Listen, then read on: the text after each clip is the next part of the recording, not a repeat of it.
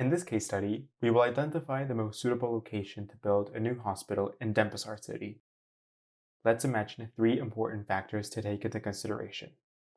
First, the priority should be given to highly populated areas. Second, that it should be located far away from existing hospitals. And finally, that it should be located in a risk-free area. For this assessment, we will use the Urban Hotspots tool. The Urban Hotspots tool identifies the most suitable locations within a city for a specific activity by evaluating proximity between urban facilities and inhabitants across the city. The results will be displayed through heat maps, representing a suitability index which goes from 0 to 100. Dark red means that the value is closest to 0, and dark blue means that the value is closest to 100. The first step is to log into the GeoPortal to use the Urban Hotspots plugin. Then, go to the upper right corner of the GeoPortal and click on the Tools label to select the Urban Hotspots tool. You can see that the Urban Hotspots panel is now displayed. First, we want to select the area that we'll be analyzing. In this case, we're assessing Denpasar, so look for the Denpasar study area layer with the search bar. Once the desired study area is selected, the tool will automatically display the different layers associated with the study area.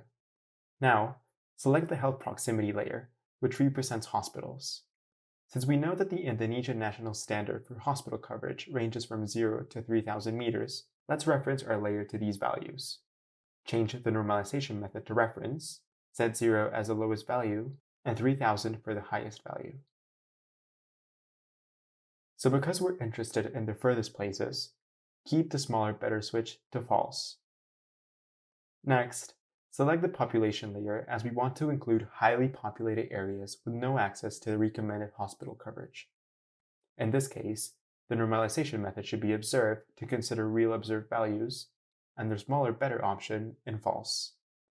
We are now ready to evaluate our layers. You can see that the map displays our interest areas in the lightest color, in this case, light orange.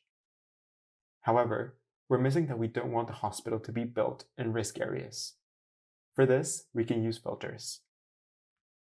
Simply click on the Risk-Free Areas filter and evaluate again. The map now only shows risk-free areas.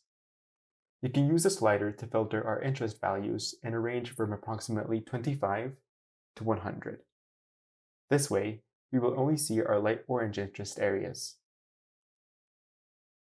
Finally, we have made a land suitability assessment for the construction of a new hospital based on a set of specifications established.